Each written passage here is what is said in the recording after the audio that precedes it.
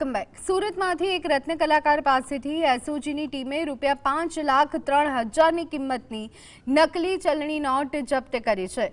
મૂળ સાવરકુંડલાનો પરેશ હડિયા નામનો રત્ન કલાકાર છેલ્લા 10 વર્ષથી સુરતમાં સ્થાયી થયો હતો। છેલ્લા 6 વર્ષથી વરાછાની જાણીતી હીરાની કંપનીમાં કામ કરતો હતો તેમજ રત્ન કલાકારની આડમાં 1 વર્ષથી નકલી નોટના કાળા કારોબારની સાથે સંકળાયેલો હતો। તે ભીડભાડવાળી જગ્યાઓ જેવી કે રેંકડી, ગલ્લા, છૂટક દુકાનદારોને ત્યાં ભીડના સમયે નકલી નોટ વટાવી દેતો। તેની પાસેથી પોલીસે ₹5,55,000થી વધુનો મુદ્દામાલ જપ્ત કર્યો।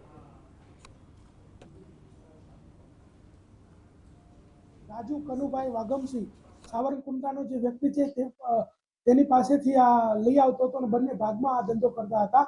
અને જે રાજુ છે એ વોન્ટેડ છે। નોટો જે વટાવે એમાં 75% ભાગ રાજુ વાગમસિંહનો તથા 25% જે આ પરેશ હડિયા છે એનો પાર્ટનરશિપ રહેતી હતી।